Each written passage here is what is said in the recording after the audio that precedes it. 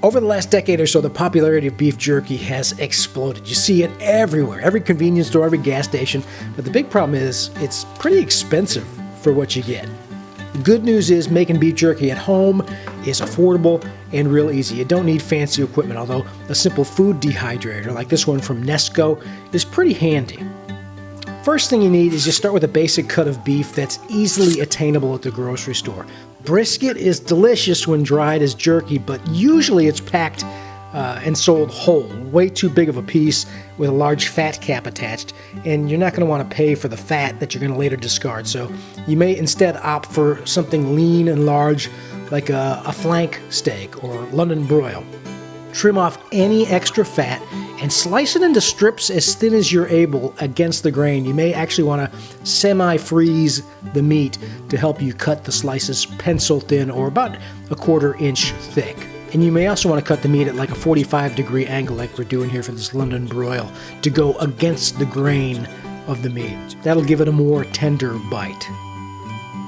If you're using ground beef, look for a real lean beef, like a 90-10 ground beef. That works real well. Makes a nice Slim Jim type beef stick jerky. And to make that, you'll need like a little cookie press type jerky gun, like a cookie press for ground meat, to craft that ground meat into uniform strips or sticks like this.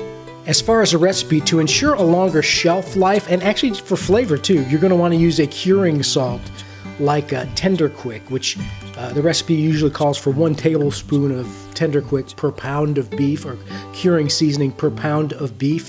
Then add your favorite dry spices like black pepper, cayenne, or garlic. There's tons of recipes online on the website too. If you're using a wet marinade, just add the curing salt into the mix and let it soak for several hours longer for stronger flavor. Then just load up the food dehydrator. Separate the pieces with a little space in between and let it go at pretty much the highest setting most dehydrators have, 135, 145 degrees. If you're using the oven on the rack, as low as you can, maybe even crack the door of the oven, and let it go from 4 to 14 hours until the meat is actually dry and leathery. You may want to actually brush the surface of drier cuts of meat with a little bit of oil to give it a nice sheen.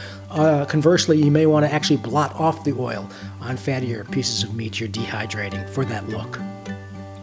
Once it's nice and dry, allow the jerky to totally cool before storing in an airtight container, and it'll also avoid any condensation inside the containers that could cause bacteria.